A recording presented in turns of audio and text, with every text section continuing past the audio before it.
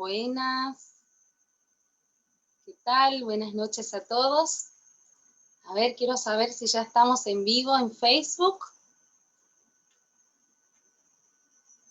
A ver si pueden poner ahí en los comentarios.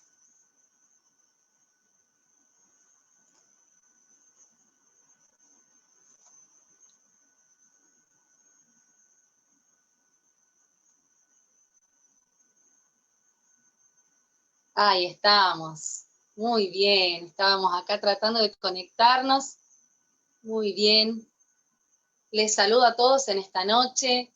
La verdad que un gusto poder estar con ustedes a pesar de las distancias. Tenemos la tecnología que nos une, que nos permite conectarnos. Así que es un gusto para mí poder estar acá esta noche. Me voy presentando, ¿sí? Soy Carla Millán, licenciada en Relaciones Internacionales, ¿sí? Soy mamá de 2 hijos, esposa, y soy preventora del abuso sexual infantil en la Fundación EPASI. Estamos transmitiendo desde Tucumán, donde tenemos nuestra sede, ¿sí? La Fundación EPASI. Así que me gustaría, mientras se van conectando, que me comenten de dónde nos están viendo, ¿sí? De dónde son, y bueno, saludarlos, porque realmente ver que tanta gente está interesada en una temática como esta, a nosotros como fundación, ¿sí? Nos llena de esperanza, nos llena de alegría, porque vemos que más gente se interesa por la niñez y por prevenirla de un flagelo como este, que es el abuso sexual infantil, y que es el tema que nos convoca en esta noche, ¿no? Es el tema que nos convoca para poder hacer algo. Por eso el nombre de esta charla, de este curso que comienza hoy, es posible prevenir el abuso sexual infantil, porque hemos entendido que era un mito el creer que no se podía prevenir, que el abuso sexual, si tiene que ocurrir, va a ocurrir. No, creemos que no es así, creemos que se puede prevenir. Así que, bueno, les voy a contar un poco cómo va a ser la modalidad, ¿sí? De este curso. Va a comenzar el día de hoy y va a ser durante 4 martes durante el mes de noviembre, y vamos a tratar diferentes ejes de lo que es la prevención, ¿sí? Prevención del abuso sexual, y vamos a ver los diferentes tipos, y en cada una de las semanas vamos a ir trabajando específicamente determinado tipo de prevención, ¿sí? Vamos a tener la charla que va a durar entre 40 a 45 minutos, y luego vamos a abrir un espacio para preguntas, ¿sí? Vamos a tener unos minutos donde ustedes puedan preguntar, ¿sí? Las preguntas las pueden dejar en los mismos comentarios de Facebook, para que pueda luego contestarles, ¿sí? Al finalizar vamos a ver que algunas preguntas quizás se vayan respondiendo durante la charla, y otras quizás tengan su respuesta el martes que viene con algún tema específico, pero no se preocupen, usted pregunte tranquilo, tranquila, que vamos a dedicar un tiempo para responder aquellas inquietudes, aquellas preguntas, ¿sí? Saludamos a todos los que se están conectando, de Florencio Varela, de Entre Ríos, de Buenos Aires, ¿sí? Les saludamos a todos de Tucumán también, estamos cerca. Muy bien. Bueno, les damos la bienvenida entonces a todos en esta noche, y les animo a que puedan tener ahí donde escribir, donde tomar apuntes, porque van a adquirir en esta noche herramientas que les van a servir para aplicar especialmente en los entornos donde ustedes se mueven, ¿sí? Yo sé que acá hay muchos docentes, y quiero decirles que cumplen un rol fundamental en la vida de nuestros niños, y si reciben esta charla, van a poder llenarse de herramientas para trabajar en el aula, y quienes no son docentes, trabajar con los niños que se encuentren a su alrededor, ¿sí? Quisiera contarles acerca de la fundación a la que pertenezco, es la Fundación EPASI, es el equipo de prevención del abuso sexual infantil, y con EPASI trabajamos ya desde el año 1999 en la prevención del abuso sexual infantil, y como decimos nosotros, trabajamos hace más de 20 años por una infancia sana y protegida, ¿sí? La Fundación EPASI se encuentra en San Miguel de Tucumán, en la provincia de Tucumán. Tenemos una trayectoria trabajando con niños, no solamente en nuestra provincia, sino en toda la Argentina y en otros países de Latinoamérica y el mundo, ¿sí? Cuando nosotros comenzamos a trabajar en Tucumán, cuando comienza todo este sueño de la licenciada Viviana Salinas, que ella es la fundadora y presidente de la fundación, ella comienza en el año 99 trabajando con la gente que asistía al comedor infantil perteneciente a la iglesia, que ella pastoreaba desde entonces y hasta la actualidad, y comienza a ver la necesidad de poder prevenir a los niños, de poder defenderlos en casos de injusticia. Muchos de ellos eran maltratados, eran violentados y muchos abusados. Entonces comienza a indagar y comienza a estudiar, preparándose y para luego formar lo que hoy es la Fundación EPASI, que realmente es un sueño cumplido el que exista esta fundación, y no solamente es un sueño que haya nacido, sino cómo nos hemos multiplicado en estos años. Hemos brindado cursos de formación de preventores, así que hemos formado preventores en todo el país. Tenemos sedes del programa de prevención en más de 15 ciudades argentinas y, como les decía, en otros países del mundo también. ¿Y en qué consisten estas sedes? Es que en esos lugares se desarrolla el programa de prevención que ha desarrollado la fundadora con todo el equipo de PASI. Es un programa de prevención llamado Mientras nos divertimos, aprendemos a vivir, en donde le brindamos talleres de prevención a niños a partir de los 4 años de edad hasta los 18 años. ¿Sí? Es una prevención directa en donde a través de un proceso que son estos talleres que les vamos brindando, llegan a encontrar, al finalizar los mismos, salidas de escape del abuso sexual, comienzan a reconocer que su cuerpo es suyo y de nadie más, que nadie puede tocarles, y les enseñamos a defenderse y a escapar de cualquier situación de abuso sexual. Y estos talleres que comenzaron en Tucumán, hoy están replicados por todo el país, y eso nos llena de alegría, nos llena de esperanza, ver que hay miles y miles de niños que están siendo prevenidos del abuso sexual a través de este programa de prevención, ¿sí? Así que de esto se trata la Fundación EPASI, sus siglas significan Equipo de Prevención del Abuso Sexual Infantil, y este año ya cumplimos nuestros 21 años haciendo esta tarea que realmente muchas veces puede parecer dura, porque sí lo es, pero eso no quita la esperanza de ver tantos niños prevenidos y de ver cuántos niños hemos restaurado, ¿sí? Porque muchos niños llegaron ya con historias de abuso y han podido ser restaurados, y también ver hombres y mujeres adultos que han sido restaurados también, eso verdaderamente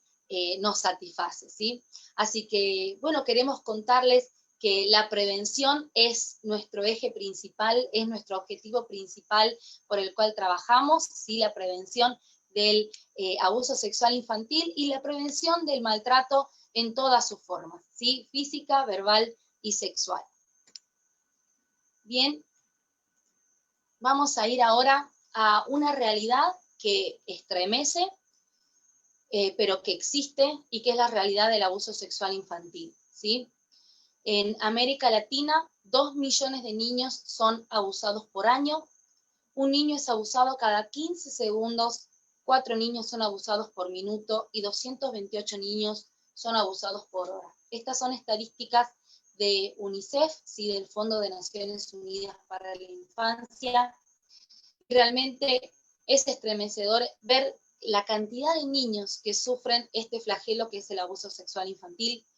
Y nosotros tenemos que hacer algo. Que exista esta realidad nos tiene que movilizar, ¿sí? Si vemos que hay 2 millones de niños que son abusados por año, esto nos tiene que movilizar y nos tiene que llevar también a concientizarnos acerca del abuso sexual y no pensar que el abuso se da en otros lados, lejos de donde estamos. No, el abuso sexual no mira territorio, no mira condición social, no mira condición económica ni religiosa, ¿sí? El abuso sexual existe en todos los contextos, en todas las sociedades, y es por eso que tenemos que estar preparados para prevenir, para denunciar y para luchar en contra de este flagelo que ataca a los niños, que ataca la inocencia y la integridad de los niños, que son los más vulnerables, ¿sí? Así que el abuso sexual existe y lamentablemente está más cerca de lo que quizás creíamos, ¿sí? Pero esto nos tiene que llevar a la acción, esto nos tiene que llevar a hacer algo, ¿sí? Y ustedes, yo creo que si se han conectado esta noche es porque algo dentro suyo dice, yo puedo hacer algo también, ¿sí? Yo puedo hacer algo también. Y vamos a ver un poco más estas estadísticas, ¿sí? Y hablamos de una situación alarmante, ¿sí? A lo largo del país, y estas son estadísticas que tenemos también recabadas de la misma Fundación EPASI, ¿sí?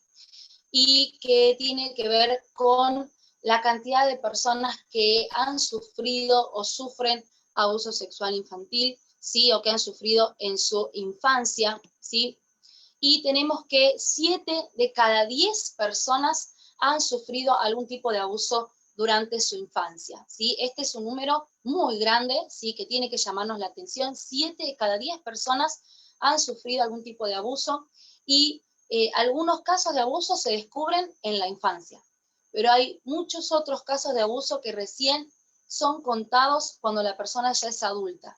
Y hemos tenido en nuestra propia experiencia mujeres ya adultas que a los 40, a los 50 años han dicho, yo cuando era niña he pasado por esta situación, a mí me ha pasado esto, y lo han podido contar después de muchísimos años de silencio. Y esas personas han podido ser restauradas y han podido cambiar su historia, ¿no?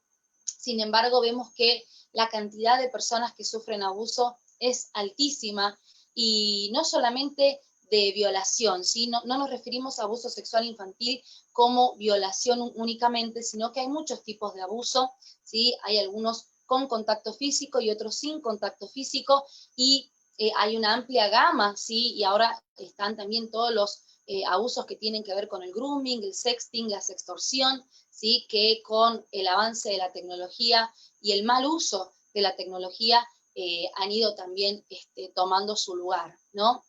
La edad en que comienza el abuso oscila entre los 4 y 6 años de edad, y es por esta razón que nosotros comenzamos a prevenir a los niños desde muy pequeños. Comenzamos a prevenirlos a partir de los 4 años de edad, porque entendemos que es importante la prevención desde lo más pequeños que sean, mejor. Y nosotros, en nuestro propio caso, que nosotros hemos tenido a nuestros hijos, mi niño más pequeño tiene 4 y la más grande tiene 6, y como preventores, nosotros desde su más tierna infancia les hemos enseñado acerca de sus partes íntimas, les hemos enseñado a que deben cuidarse, a que nadie puede verlo, a que nadie puede tocarles. Entonces, desde pequeños, incluso antes de los 4 años, nosotros ya les fuimos enseñando, así que si son papás y tienen niños pequeños, ya pueden ir enseñándoles esto, que es muy importante. Y además, ¿por qué es un punto tan importante y que hay que tenerlo en cuenta? Porque el abusador busca víctimas pequeñas, ¿sí? Y esto es triste, pero es la realidad. El abusador prefiere o elige víctimas pequeñas. ¿Por qué razón? Porque un niño, cuanto más pequeño es, menos capacidad tiene muchas veces de hablar, de contar, y además lo que el abusador intenta hacer es que ese abuso se mantenga en el tiempo, ¿sí? Entonces ahí está el trabajo del abusador, ¿sí? El trabajo del abusador de ir de a poco, ¿sí? Conquistando y seduciendo a esa víctima a través del engaño, a través de la manipulación, y va a tratar de hacerlo desde pequeño para poder mantener a lo largo de los años ese abuso. Por eso es tan terrible, ¿sí? Como muchos abusos se han ido dando durante muchos años, ¿sí? Y como decimos, el abusador prefiere víctimas pequeñas, ¿sí? A partir de los 4 años, ¿sí? Y nosotros tenemos que prevenirlos desde pequeños también, ¿sí? Luego tenemos que el 66% de niños y niñas que han sido víctimas de abuso sexual tienen padres que desconocen lo sucedido, ¿sí? Y esto nos ha sucedido en los talleres a nosotros, que mientras vamos previniendo, mientras vamos enseñándoles la prevención, descubríamos que los niños habían sido abusados ya, o que estaban en una situación de riesgo, altamente vulnerables a ser abusados. Entonces, al enterarnos de esa situación, nos dábamos cuenta que los padres desconocían en absoluto lo que les sucedía a sus hijos, ¿sí? Entonces, vemos que hay un alto número de padres que desconocían lo que les pasaba, ¿sí? Vemos que solo se denuncia entre el 10 y el 25% de los casos de abuso sexual, ¿sí? Mucha gente no quiere denunciar por muchas razones, ¿sí? Que no podemos extendernos ahora, pero hay muchas razones por las cuales las familias no denuncian, ¿sí? Y además una de esas razones tiene que ver con que no se cree en la justicia, con que no hay esperanza en la justicia, entonces no se continúa con el caso. Y es muy importante la denuncia porque tiene que ver también con un acto de justicia y además tiene que ver con el proceso de sanidad de ese niño que ha sido abusado, ¿sí? Otra estadística nos dice que 3 de cada 10 niños que han sufrido abuso sexual serán abusadores cuando sean adultos si no se previene, ¿sí? O sea que la prevención también nos sirve para prevenir que esos niños que han sido abusados se conviertan en ofensores cuando sean adultos, ¿sí? Así que la prevención no es solamente para evitar que sean abusados, sino también para evitar que sean futuros ofensores, ¿sí? Vamos a continuar, ¿sí? Y en esta placa quiero que podamos detenernos, ¿sí? Porque es muy importante que podamos estudiar, ¿sí? De qué manera el abusador encuentra un escenario propicio para llegar al niño. Y esto es lo que va a conformarse a través de los factores de riesgo de abuso sexual. Los factores de riesgo es lo que le permite al abusador llegar a la víctima, ¿sí? Lo que le va a facilitar al abusador llegar a la víctima. Es por eso que hay que estar muy atentos. ¿Para qué? Para eliminar los factores de riesgo y levantar factores protectores, ¿sí? Nosotros, desde nuestro rol como adultos y desde su rol como docentes, desde su rol como padres, desde el rol que ustedes cumplan, si tienen niños a su alrededor, lo que hay que hacer es levantar barreras de protección, ¿sí? Hay que trabajar para que puedan existir factores protectores del abuso sexual, ¿sí? Vamos a ver entonces, del lado izquierdo tenemos los factores de riesgo que van a propiciar el abuso sexual infantil, donde tenemos que tener cuidado, ¿sí? Para que el abusador no tome y no se aproveche de estos factores para llegar a la vida del niño, ¿sí? En primer lugar, el primer factor de riesgo es la baja estima, ¿sí? Cuando en el niño hay una vulnerabilidad emocional, cuando el niño se siente poca cosa, cuando en la casa recibe constantemente insultos, recibe constantemente palabras que lo subestiman, que lo menosprecian, y esto va produciendo en ese niño esa baja estima. El niño se siente menos, se siente que no tiene valor, entonces claramente el abusador va a venir a llenar ese vacío, va a venir a querer suplir esa carencia afectiva que tiene ese niño y va a llegar con palabras de afirmación, va a llegar con regalos, va a tratar de llenar, como les decía, esa carencia afectiva que ese niño tiene, ¿sí? Así que uno de los factores de riesgo es la baja estima y es la vulnerabilidad emocional en el niño y también la vulnerabilidad física, ¿sí? Cuando el niño también tiene necesidades físicas, cuando no tiene necesidades básicas satisfechas, entonces también el abusador puede llegar con cuestiones económicas a conquistar a ese niño, ¿sí? Dándole plata, dándole dinero, dándole regalos. Entonces hay que tener cuidado porque esta vulnerabilidad es el punto, por decir, el más grande, ¿sí? El más grande factor de riesgo, porque esa vulnerabilidad le va a dar esa entrada al abusador por ese lado, ¿sí? En segundo lugar, otro factor de riesgo que tenemos es el analfabetismo emocional. ¿Qué es esto? Esto es cuando el niño no puede, no sabe expresar sus emociones. ¿Pero por qué no las puede expresar? Porque en la casa no se le dio esa posibilidad, ¿sí? Se le ha dicho, no, no llores, no, no te enojes, no digas, entonces al niño se le ha prohibido, ¿sí? Se le ha coartado la capacidad de expresarse, entonces el niño no puede expresarse. Y más a los varoncitos, que muchas veces se le ha dicho, vos sos varón, los varones no lloran, los hombres no lloran.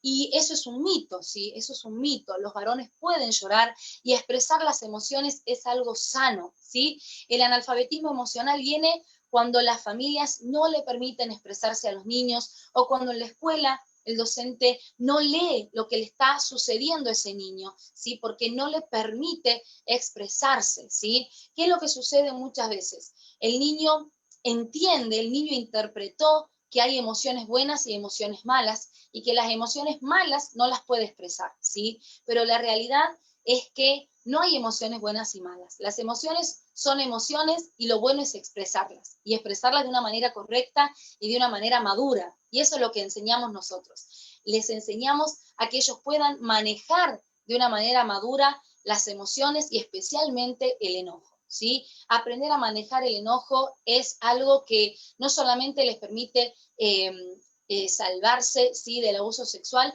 sino también que puede prevenir el suicidio, por ejemplo, y cuestiones muy, muy difíciles de trabajar si uno aprende a manejar el enojo, ¿sí? Que es uno de los factores en donde trabajamos mucho en los talleres de prevención que dictamos como fundación. Otro factor de riesgo es el pacto de silencio, ¿sí? La falta de comunicación, en realidad. La falta de comunicación, que es lo que lleva a que ese niño, cuando algo malo le sucede, puede llevar adelante un pacto de silencio, que es el pacto de silencio que le pide el abusador. Porque el niño, al no aprender la comunicación, al no poder hablar en su entorno familiar, en su entorno cercano, con sus padres, con sus hermanos, al no poder comunicarse, a la hora que le pase algo, algo difícil, algo duro, y que tiene que ver con el abuso, por ejemplo, pueden ser otras situaciones también, el niño no va a hablar, porque el niño aprendió a vivir incomunicado, aprendió a no comunicar lo que le pasa, aprendió a no decir lo que piensa, ¿sí? Y nosotros tenemos una frase que siempre manejamos en la fundación, que decimos que a mayor comunicación, menor enfermedad, y a menor comunicación, mayor enfermedad. ¿Qué quiere decir? Que siempre es más sano comunicarse, siempre es más sano hablar. Así que tenemos que empezar a practicar desde ahora la comunicación, ¿sí? No subestimar al niño, no subestimar la opinión del niño, no subestimar lo que el niño piensa, lo que el niño quiere decir, ¿sí? Sino más bien escucharlo, darle la oportunidad de que pueda hablar y decir lo que le parece, lo que piensa, ¿sí? ¿Cuántas veces en la casa prevalece la comunicación entre los adultos, ¿sí? Y no se le da lugar a que el niño pueda hablar, pueda comunicarse? Es muy importante levantar este factor protector que es la comunicación, principalmente en el hogar, y quienes tienen la posibilidad de abrir la comunicación en el aula, de que el niño pueda encontrar en ese docente esa persona de confianza, que ustedes puedan decirle a ese niño, si a ustedes les pasa algo, sepan que aquí está la maestra, que aquí está la seño para escucharles, para lo que ustedes quieran contarme, aquí estoy yo. Entonces el niño comienza a identificar personas de confianza. Como mamá, como papá, decirles a los niños, ustedes, si algo les pasa, sepa que pueden contar conmigo, que pueden confiar en mí, que yo les voy a escuchar, que yo les voy a creer, ¿sí? Y acá hay una transversalidad en donde hemos puesto los valores, ¿sí? Siempre, cada uno de los puntos de las barreras de protección que queramos levantar tiene que tener una transversalidad de valores, ¿sí? Tiene que haber valores en el hogar. ¿Qué es lo que sucede muchas veces y que tiene que ver con el valor, por ejemplo, de la verdad? Cuando en la casa se maneja con mentira, cuando hay ocultamiento, cuando el papá le dice al hijo, no, no, decile a tal que no estoy, no, atendé esa llamada y decirle tal cosa, y hay una práctica de la mentira, ese niño comienza a practicar también la mentira, comienza a ver que está bien la mentira porque lo puede hacer zafar, por así decirlo, de algunas situaciones difíciles. Entonces el niño, en vez de decir que se va a tal lugar, va a mentir y va a decir que no, que se va a otro lugar, especialmente los adolescentes, los prejuveniles. Cuando hay una práctica de la mentira en el hogar, ellos van a practicar esa mentira con sus padres, ¿sí? Si se fugan del colegio y no van a decirlo, ¿sí? Sino que van a ocultar, van a mentir. Entonces tenemos que comunicar, tenemos que expresar las emociones y todo con valores. Tenemos que enseñar sexualidad en valores, porque los valores les van a dar una base a nuestros niños para que ellos puedan también tener una base firme, ¿sí? Para todo lo que tiene que ver con todas las situaciones en la vida y especialmente en comunicarse con la verdad y siempre con la verdad, ¿sí? Otro factor de riesgo es el maltrato. Cuando un niño es maltratado en su hogar, cuando un niño sufre violencia, es vulnerable a ser abusado también, ¿sí? Porque el maltrato lo hace al niño un niño vulnerable. La violencia física, la violencia verbal, hacen que el niño tenga una autoestima baja y haga que el abuso pueda llegar a su vida, ¿sí? Y él considere que tienen derecho a abusar de él, ¿sí? Porque no se siente una persona importante, con valor, con derechos, ¿sí? Entonces, el maltrato es claramente un factor de riesgo de abuso sexual infantil.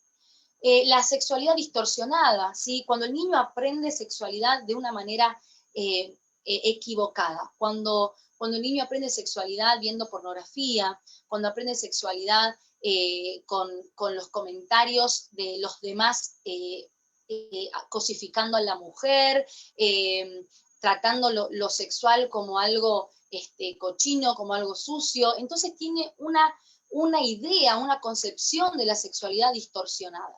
Y en cambio, ¿cuál es un factor protector? Enseñar la correcta sexualidad. Que eso vamos a ver, y lo vamos a ver bien claro en uno de los módulos que vamos a continuar, no el que viene, sino el siguiente. Vamos a hablar de cómo enseñar la correcta sexualidad a nuestros niños, ¿sí? Entonces, un factor de riesgo también es cuando se le da al niño la posibilidad, por ejemplo, de tener acceso a un celular sin control y que el niño pueda ver y pueda recibir imágenes y videos sin que tenga un control del mismo. Eso también es un factor de riesgo, ¿sí? Y por último, la ausencia de límites. Cuando en la casa existe padres que son permisivos con absolutamente todo, con los horarios, con las comidas, con lo que se ve y lo que no se ve en la televisión. Esta falta de límites hace que el niño pueda ser propenso al abuso sexual. ¿Por qué? Porque esa falta de límites le va a permitir al abusador entrar, porque no hay límites, porque no hay reglas, porque no tiene trabas en el camino, porque los padres no le han dicho al niño, a tal hora dejas el celular, o a tal hora se deja de ver la tele, o no va a haber tele en la habitación, o a tal hora se hace tal cosa, volvés a la casa. Cuando hay límites claros, ese niño, esa niña se mueve muchas veces con transparencia, porque sabe que tiene que rendir cuentas, porque sabe que tiene que decirle a los padres qué hace y qué no hace, qué ve y qué no ve. Y esto es sano, porque esto nos permite ver cuando alguien entiende los límites en su casa, en su hogar, también entiende límites de su cuerpo. En cambio, cuando no hay límites, cuando los límites están desdibujados, tampoco hay límites en el cuerpo. Tampoco hay límites en qué parte del cuerpo se toca y qué parte no. Pero cuando hay límites claros, reglas claras en el hogar, esto es un factor protector para ese niño o para esa niña. ¿Sí? Vamos a continuar. ¿Sí? Y vamos a ver cuáles son los mitos de la prevención. ¿Qué es lo que no nos permite muchas veces ser agentes de prevención en los lugares a donde nos movemos? Que tenemos concepciones erradas acerca de la prevención, que tenemos creencias y prejuicios con respecto a la prevención, ¿sí? En primer lugar, a veces decimos, no, es difícil prevenir, esto no es para mí. Esto es para otros que tienen más conocimiento, que tienen más estudios, ¿sí? Es para otros que quizás tienen afinidad. No, todos podemos prevenir, ¿sí? Y es fácil prevenir. ¿Por qué es fácil? Porque se le puede hablar a un niño o una niña con naturalidad, con simpleza, de que puede escapar del abuso sexual, ¿sí? Esto lo vamos a aprender en detalle, pero quiero que estén convencidos de esto, de que sí se puede prevenir, que no es algo difícil, que solamente algunos lo pueden hacer. Todos podemos prevenir, todos podemos enseñarle y cuidar a nuestros niños del flagelo del abuso sexual, ¿sí? El segundo mito, tienes que ser un profesional para poder prevenir el abuso sexual en menores. Tienes que ser un psicólogo, un psiquiatra para poder prevenir. Y no, la verdad es que no es así, porque claramente un psicólogo puede prevenir en su consultorio, claramente un psiquiatra también, pero también un docente en el aula puede prevenir, también un médico puede prevenir en su consultorio, una mamá puede prevenir en su hogar, en su casa, un papá puede prevenir, en las iglesias los pastores pueden prevenir a su gente, un maestro de escuela bíblica puede prevenir, todos podemos prevenir porque lo que se necesita es tener esa intencionalidad, ese deseo y adquirir herramientas para poder prevenir el abuso sexual, ¿sí? Pero claramente desde nuestro lugar, desde el lugar que tengas, desde el rol que ocupes en la sociedad, puedes prevenir. Si tienes sobrinos, alumnos, si vecinos, puedes prevenir el abuso sexual con sencillos mensajes y enseñanzas que se le pueden dar a los niños, ¿sí? Acá hay un mito más, que es un mito bastante fatalista, que dice, lo mismo va a suceder. ¿Para qué vamos a prevenir si lo mismo va a suceder? Y esta es una mirada fatalista de las cosas, porque por un lado tenemos que saber, y es verdad, que hay gente mala, que hay abusadores, que el abuso sexual se da y que no podemos estar quizás cuidando a todos los niños que quizás queremos cuidar, pero no podemos vivir con esta concepción de que lo mismo va a suceder, porque no. Si nosotros fortalecemos a nuestros niños, esos niños van a estar empoderados para que no les suceda el abuso. Y no se los decimos de teoría, de libro, sino que se los decimos por experiencia, porque hemos vivido y hemos visto a nuestros niños de los talleres de prevención cómo han podido escapar de situaciones de riesgo. Cuando alguien quiso acercarse, cuando algo sucedía y ellos pudieron escapar de esa situación, y ahí pudimos ver si se puede prevenir y los niños, al ser empoderados, pueden escapar de situaciones de riesgo de abuso sexual infantil, ¿sí? Otro mito dice, todavía es muy pequeño para hablarle de cómo protegerse del abuso. Y lo acabamos de decir hace unos minutos, ¿sí? El abusador elige víctimas pequeñas, desde los 4 años de edad. Y hay abusadores que incluso abusan desde más pequeños. Entonces, ¿cómo no prevenirlos desde lo más pequeño posible, ¿sí? Cuanto más niños sean, mejor. Cuanto más pequeños sean, mejor. Entonces debemos prevenir desde los niños desde los 4 años de edad, como lo hacemos nosotros, y si tienen posibilidad de antes, háganlo desde antes, ¿sí? Dice otro mito, recién después de los 12 años es tiempo para hablar de sexualidad, ¿sí? ¿Cuántas veces se cree que recién cuando entran a la adolescencia vamos a hablar de sexualidad? Y los niños y las niñas tienen su sexualidad desde que nacen y es importante hablarles con naturalidad, así como conocen todas las partes de su cuerpo, que entiendan, que conozcan, que también tienen partes íntimas, que deben cuidarlas, que deben taparlas. Entonces, hablarles no con una connotación negativa de la sexualidad, no con una connotación sucia, cochina de la sexualidad, sino hablarles como algo natural, como algo simple que deben cuidar, que deben respetar, que deben valorar, como todo su cuerpo es importante y también las partes íntimas. No esperar recién a los 12 años. ¿Por qué no esperar hasta los 12 años? Porque a los 12 años ya han aprendido sexualidad de otra manera. Déjenme decirle que hoy en día un niño de 12 años, si no aprendió sexualidad por sus padres, si no lo aprendió en la escuela, lo aprendió a través de sus compañeros o a través de internet o a través de la televisión, ¿sí? Entonces, qué mejor que prevenirlos nosotros y enseñarles sexualidad de una manera correcta y de una manera sana y con valores, como decíamos hace un rato, ¿sí? Otro mito dice, hay que enseñarles a no hablar con desconocidos. Y esto es lo que siempre hemos aprendido desde pequeños, ¿no? No hables con desconocidos, no te acerques a desconocidos. Y está bien, y es un buen consejo, y tenemos que seguir diciéndole eso a nuestros niños.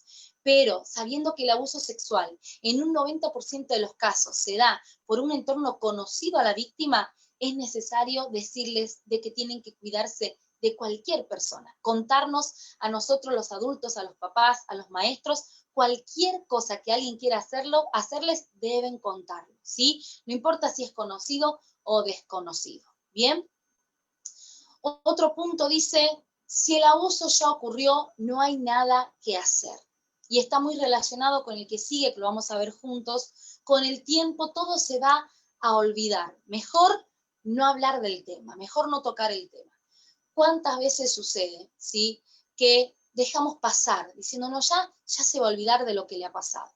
Y saben que muchas veces cuando un niño cuenta que ha sido abusado sexualmente y lo cuenta como puede, con las palabras que puede, o con algún indicador, de alguna manera expresa que algo le está pasando, ese niño muchas veces cuando crece y no se hizo nada por él o por ella, ese niño crece con un dolor que es que no hicieron nada por él o que no le creyeron. Entonces es más grande ese dolor de que no le creyeron, de que no hicieron nada, a que el abuso mismo. Entonces tiene un doble trauma, el trauma del abuso y el trauma de que nadie hizo nada por él.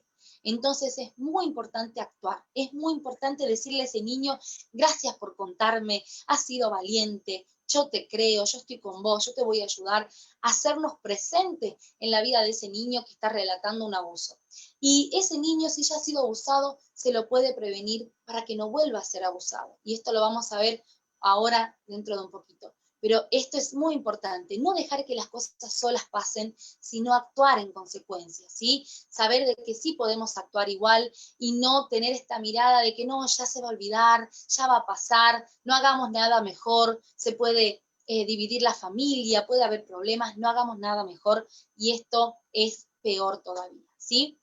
Y por último dice, mejor es no dejarlos salir a ningún lado, mejor es ser sobreprotectores, tenerlos a los niños en la casa todo el tiempo, cuidarlos y no permitirles salir con nadie, ni ir al colegio, ni ir con los amigos, ni nada. Y esta mirada puede ser aún más peligrosa, ¿sí? Porque el niño tiene que entender que existe el peligro y que tiene que estar preparado para eso.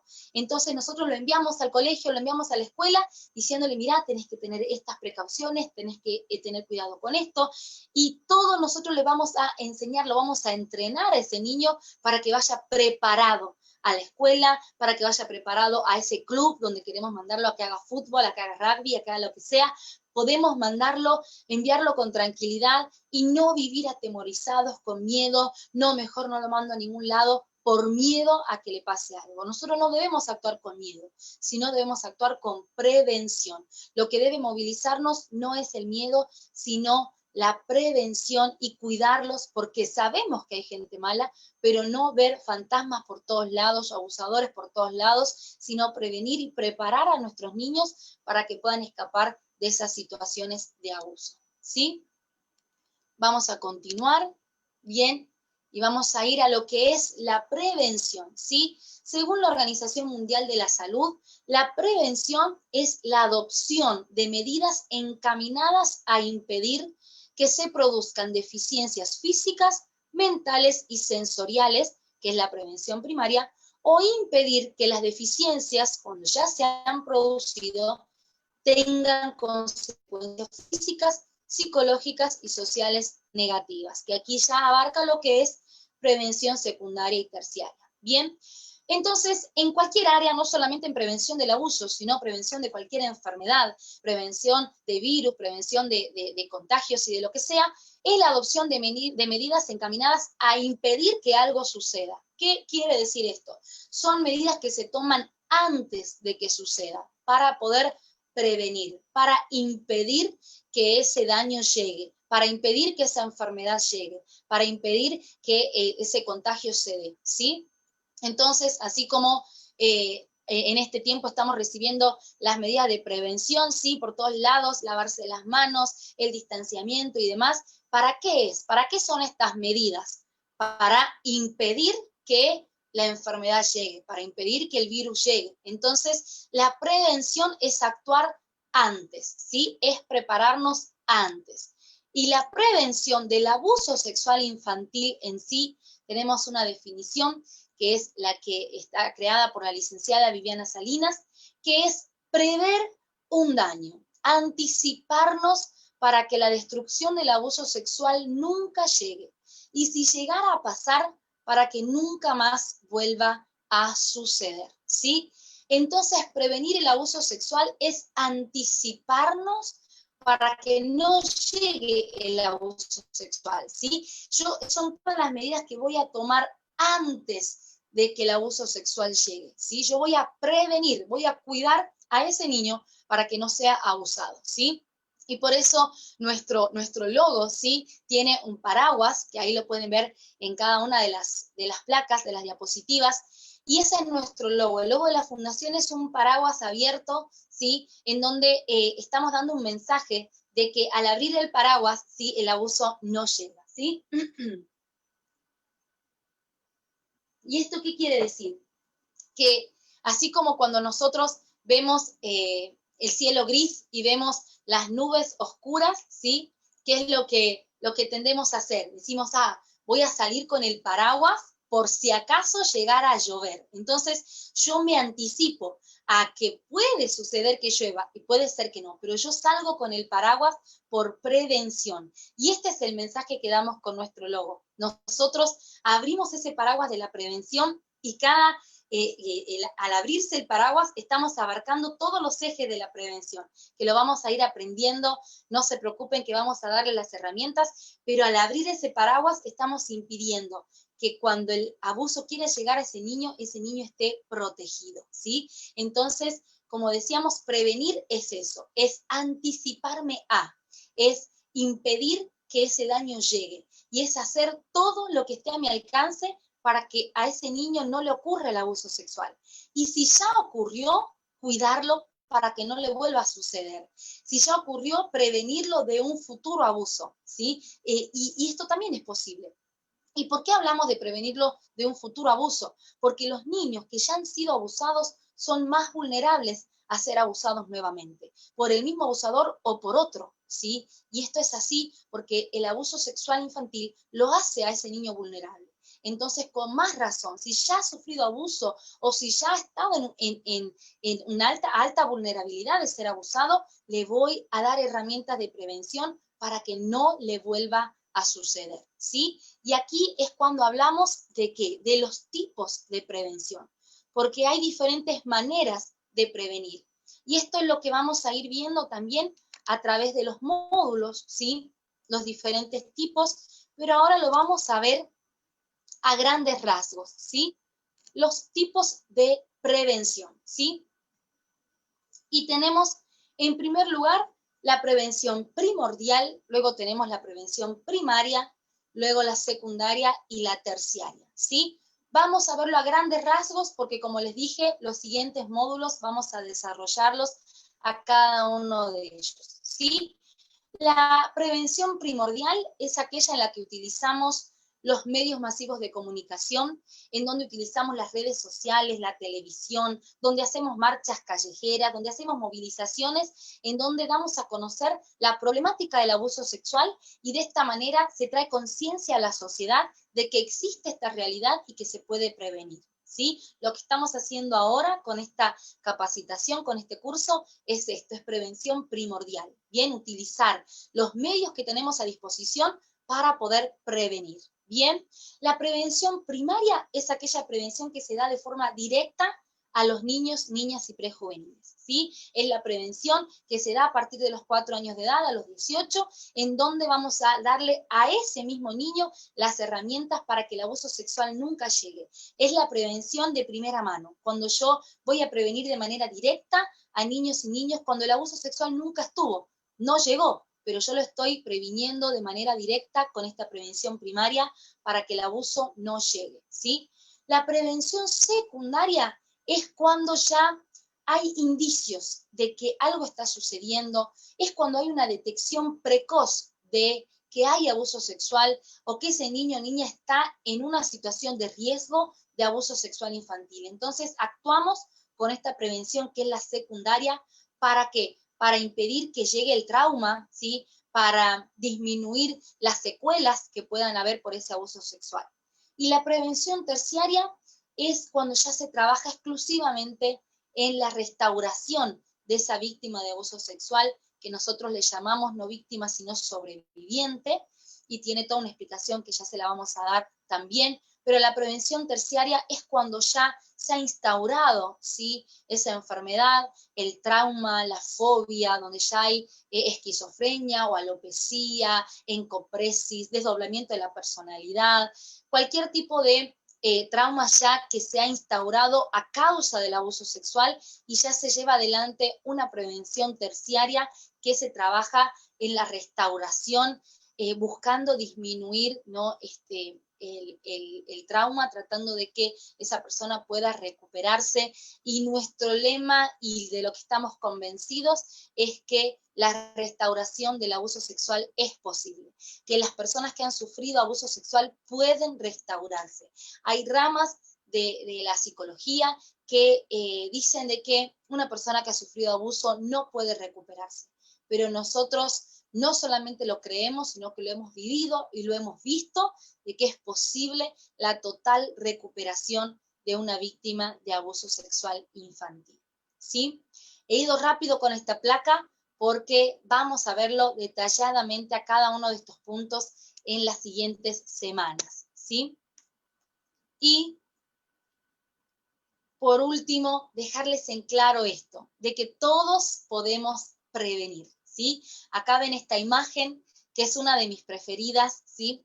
Que tenemos con la Fundación, en donde se multiplica la prevención, se multiplican aquellas personas, aquellos adultos con ese deseo de prevenir, y van a prevenir a todos los niños que tienen a su alrededor, y lo que vemos en esta imagen es a miles y miles y miles de niños con ese paraguas de la prevención, siendo prevenidos, resguardados y protegidos del abuso sexual infantil. Es nuestra responsabilidad como adultos el prevenir a nuestros niños, cuidar a nuestros niños, cuidar a la infancia, ¿sí?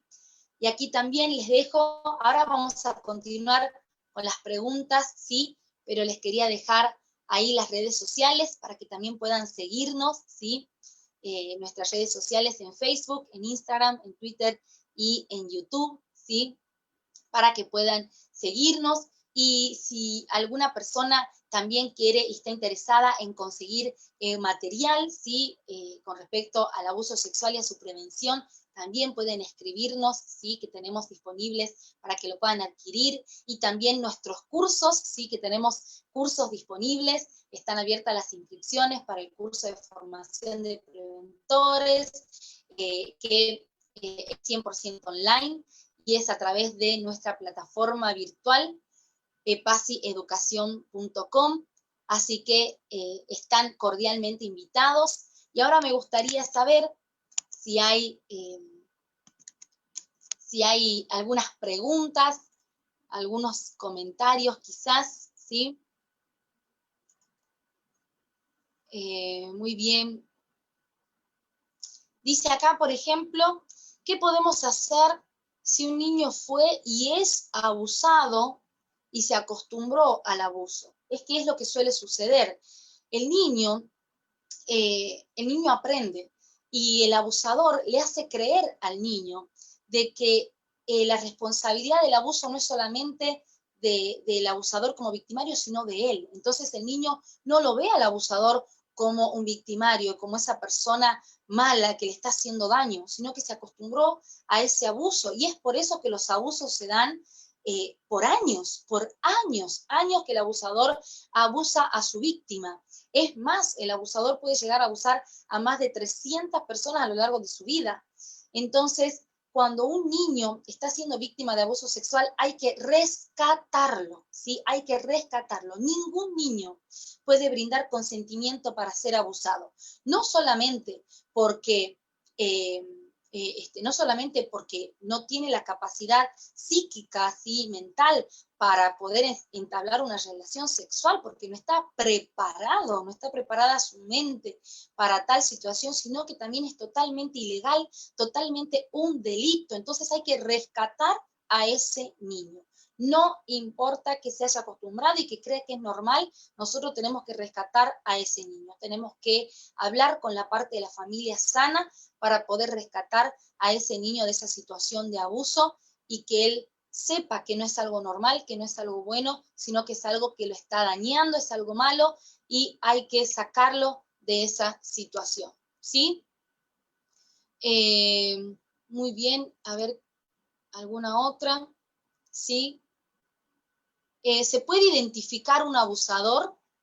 Un abusador no tiene rasgos físicos que nos permitan identificarlo. Es imposible identificar un abusador por sus rasgos físicos, pero sí hay un perfil que los abusadores tienen, ¿sí? Que tiene que ver con, por ejemplo, buscan acercarse a niños, buscan tener oficios o profesiones que lo acerquen a los niños.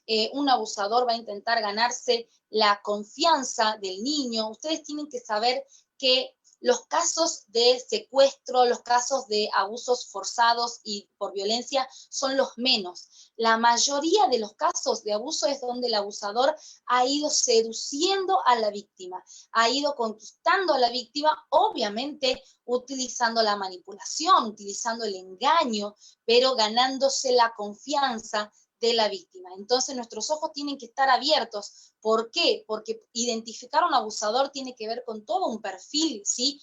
Que esto lo vemos en detalle en el curso de formación de preventores, por ejemplo, donde tenemos toda una clase exclusiva hablando del perfil del abusador, de cómo identificar el abusador, otra clase donde hablamos del proceso del abuso y de las estrategias del abusador, de cómo hace el abusador para llegar a la víctima y para cometer el delito, de abuso sexual, ¿sí? Bien, ¿cuáles son las conductas de los niños cuando son abusados? ¿Sí? ¿Cómo darnos cuenta? Preguntan ahí en Face, en los comentarios. Hay indicadores, hay maneras de darnos cuenta, por eso nosotros desde nuestro lugar tenemos que tener una mirada que nos permita interpretar lo que el niño nos está diciendo, que muchas veces no nos va a decir con palabras.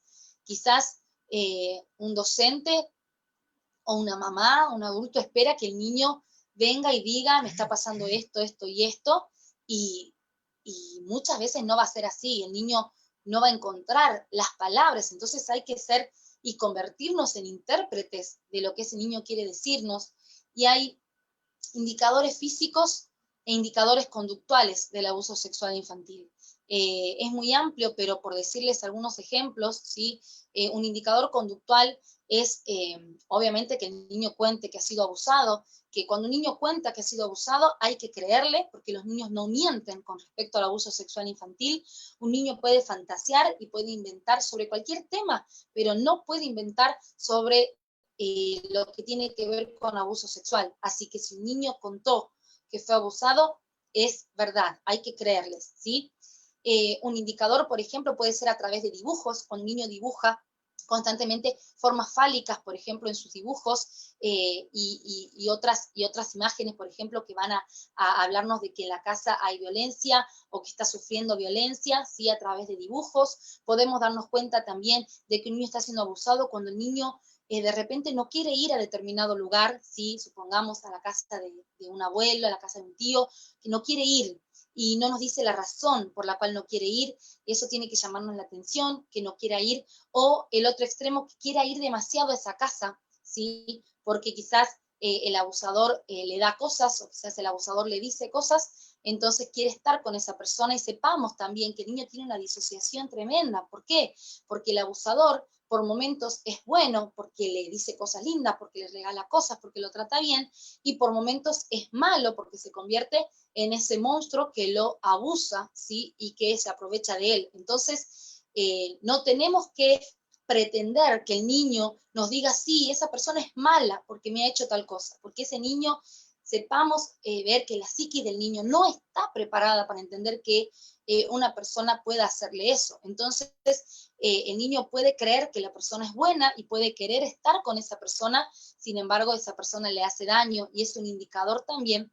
¿Sí? Un indicador también es cuando el niño recibe regalos a veces caros de una persona, o dinero, o le encontramos dinero a ese niño y no sabemos su procedencia, es un indicador. Otro indicador es cuando hay fugas del hogar, fugas de la escuela, cuando vemos que el niño no se puede concentrar, ¿sí? Hay muchos indicadores, que hay indicadores fehacientes de abuso y hay indicadores que nos pueden dar un indicio de que está sucediendo un abuso, o puede ser por otra cuestión, ¿sí? Los indicadores fehacientes es que sí o sí se trata de abuso sexual, como lo es que el niño cuente que ha sido abusado, o indicadores físicos fehacientes que tienen que ver con embarazos, ¿sí? Que tiene que ver con enfermedades de transmisión sexual.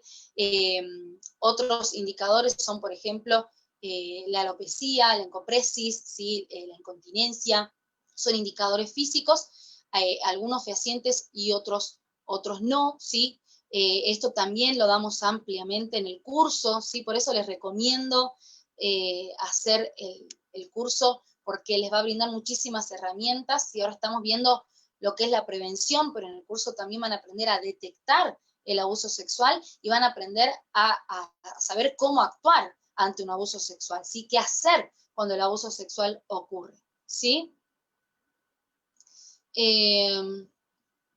Muy bien. Otra pregunta. No sé si puedo ver todos. En el aula también se puede prevenir. ¿Debemos aceptar la educación sexual integral en el aula? ¿Sí? Bueno, la ESI tiene sus pros y sus contras, ¿sí? Nosotros desde nuestra fundación hablamos mucho acerca de esto porque hemos analizado los contenidos que se han dado y muchas veces hemos encontrado en contenidos de la ESI contenidos que no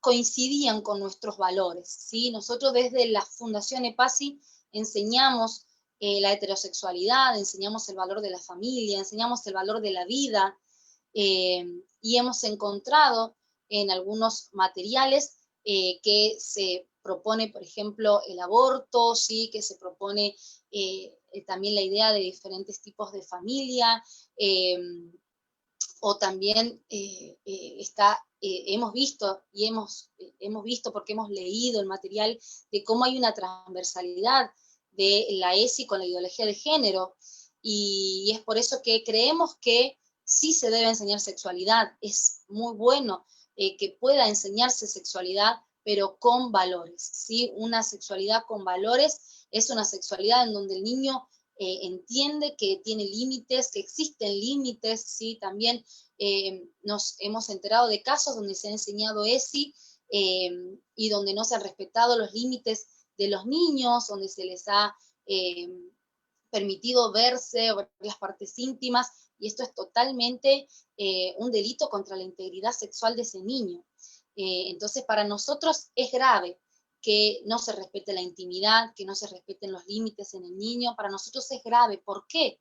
Porque sabemos que si el niño sus límites son transgredidos en cuestiones así, por ejemplo, entre ellos, entre pares, el niño no va a saber distinguir y poner límites cuando se trate de un adulto que quiera tocar sus partes íntimas. Por eso es tan importante enseñarle límites, y es lo que nosotros hablamos muchísimo. Nosotros hablamos de la ropa interior como esos elementos para proteger sus partes íntimas, está marcando un límite, les enseñamos qué partes del cuerpo se tocan y qué partes no. Entonces, ¿se pueden dar la mano? Sí. ¿Pueden tocarse el hombro? Sí. Y hablamos de qué partes pueden tocarse y qué partes no pueden tocarse, que ellos entiendan de que las partes íntimas, las partes privadas son suyas y de nadie más. Esto es prevención, ¿sí? El transgredir los límites no es prevención, es al contrario, es dejarlos más vulnerables al abuso, ¿sí? Así que podríamos extendernos más en este tema, ¿sí? Podríamos extendernos más, pero nosotros somos propulsores y levantamos la bandera de una educación sexual en valores. Es más, al que le interese, tenemos un manual, ¿sí? No lo tengo a mano, les prometo que para el martes que viene les voy a mostrar. Es un manual que se llama Educación Sexual en Valores, es un programa para enseñar sexualidad en valores, ¿sí? Entonces, en vez de ESI, es ESB, Educación Sexual en Valores.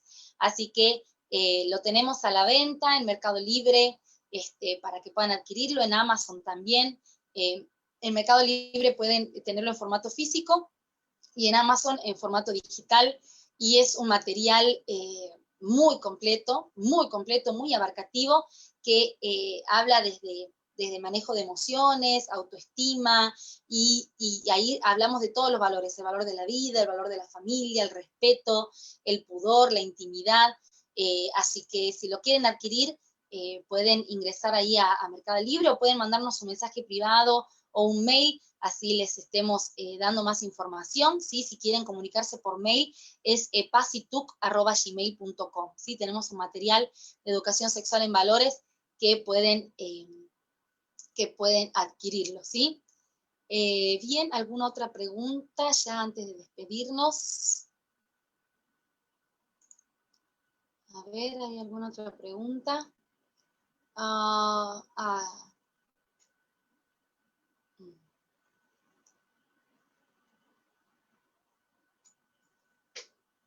Me da muchísimas preguntas más. Vamos a responder algunas más, ¿sí?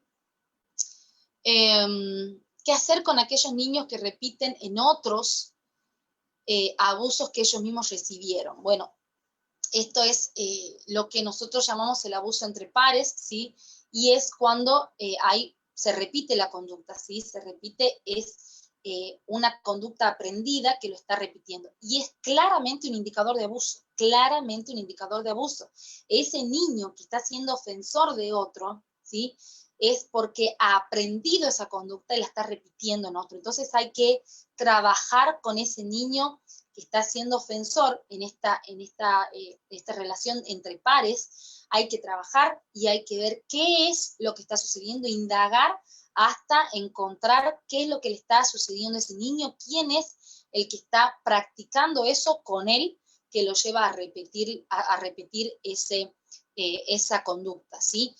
De igual manera, como les decía, nosotros les enseñamos a los niños no solamente a prevenirlos, a no ser abusados, ¿sí? Prevenirlos del abuso, sino también prevenirlos de no ser ofensores sexuales. Les explicamos que es un delito, que hace daño, y les hablamos de la importancia de respetar los límites de los demás, ¿sí? Así como ellos tienen límites, sus compañeros tienen límites. Entonces, esto también se lo puede hablar en el aula, porque es muy importante para cuidar a los niños, pero esa actitud que hemos visto, si un niño está repitiendo esa conducta, hay que trabajar, indagar para ver qué le está sucediendo, dónde ha visto, dónde ha aprendido esa situación, ¿sí? Que la está repitiendo con otro niño. ¿Bien?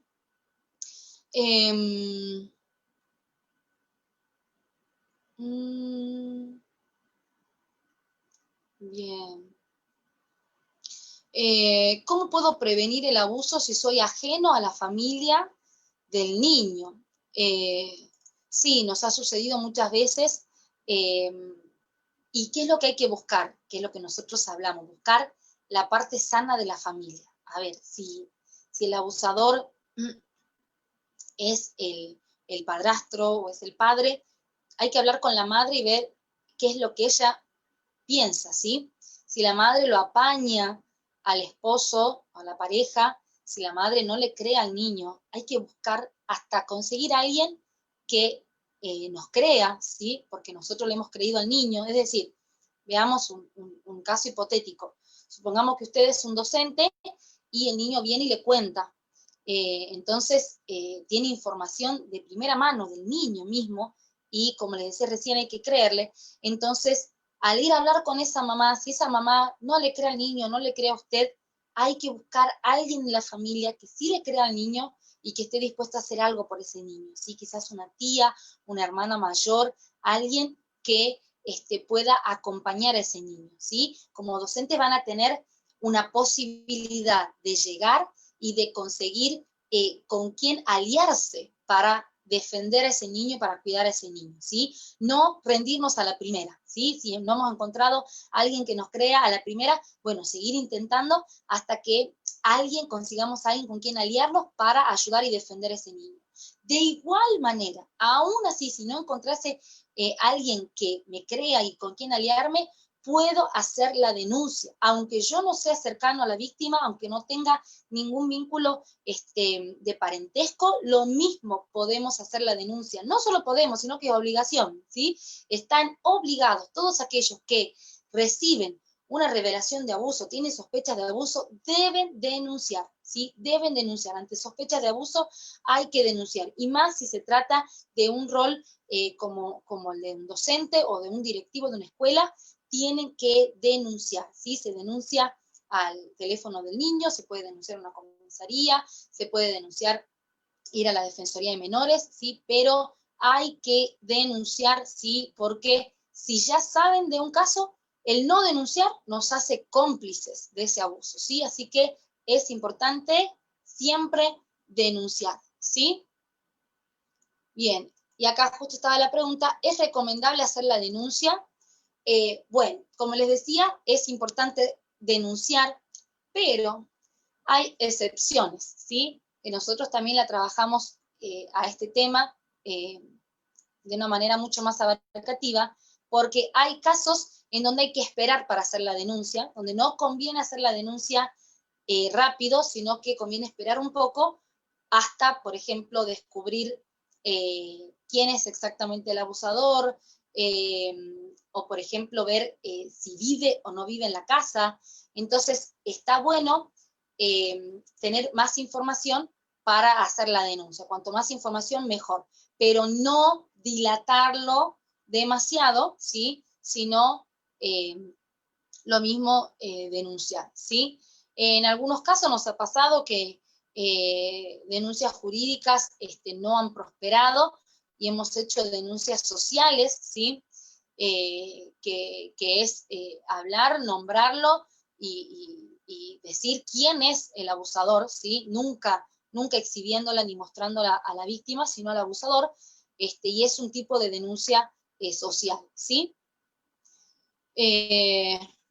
Muy bien, ¿cuáles son los artículos en los cuales todavía podemos apoyarnos como docentes? Bueno, tenemos una charla muy completa. Esto me están preguntando con respecto a la ideología de género, ¿sí? A ESI con ideología de género. Tenemos una charla que yo no sé si está grabada, creo que no, pero podríamos coordinar, yo sí podría hablar, pero tenemos toda una fundamentación en artículos de la Constitución Nacional, en tratados internacionales con jerarquía constitucional que ponen como prioridad, ¿sí?, el derecho de los padres a educar a sus hijos en lo que tiene que ver con la sexualidad y de acuerdo a sus valores, y también hay artículos que están también establecidos en el Pacto de San José de Costa Rica, que también se encuentra en nuestra Constitución Nacional como un tratado de derechos humanos con jerarquía constitucional, que habla de que el docente tiene derecho también a enseñar de acuerdo a sus valores, y la misma ley de educación sexual integral habla de que las instituciones pueden resguardarse con su ideario institucional y de acuerdo a los valores y creencias de los miembros de esa institución, ¿sí? Hay muchos artículos, hay respaldo jurídico y legal para los docentes y para los padres con respecto a la educación sexual integral.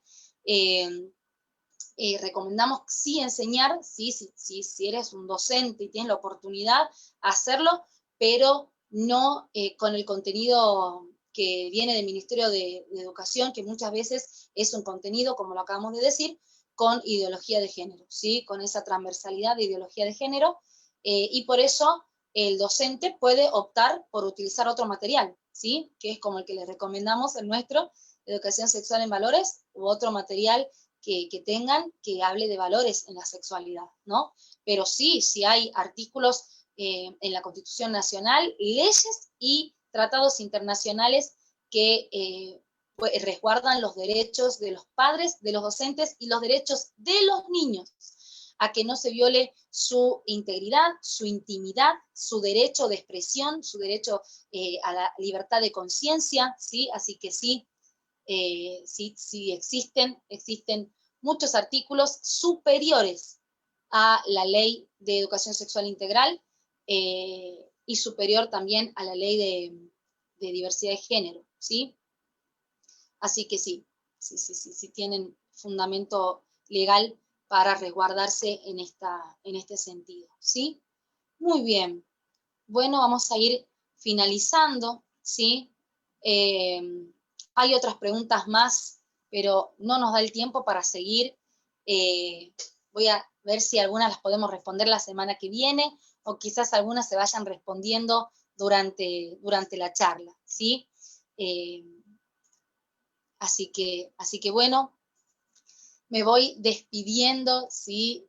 Quiero decirles que ha sido un gusto compartir con ustedes, y como les decía, es esperanzador, nos llena de esperanza el hecho de que haya tanta gente interesada en la prevención del abuso sexual, y más desde el rol que cada uno de ustedes tiene. Muchos de ustedes, sé que muchos son docentes, y que un niño pueda ver en ustedes esa persona de confianza, si algo le está pasando, es realmente impagable. Así que siembren en esos niños la comunicación, la confianza.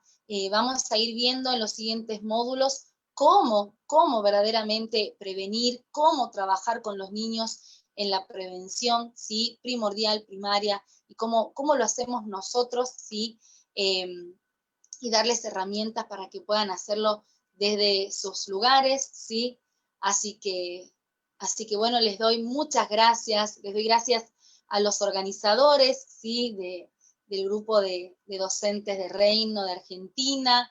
Gracias por invitarme, gracias por considerarnos, y bueno, quisiéramos continuar, así que el martes que viene nos volvemos a ver, ¿sí? Si alguno quiere ir estudiando, ¿sí?, acerca de la prevención en sí, tenemos un material a la venta, ¿sí?, que es este que lo tengo aquí, ¿sí?, que es esta cartilla que se llama Prevención del Abuso Sexual Infantil, y que se encuentra a la venta, ¿sí? Si quieren acceder a Mercado Libre pueden adquirirla, ¿sí?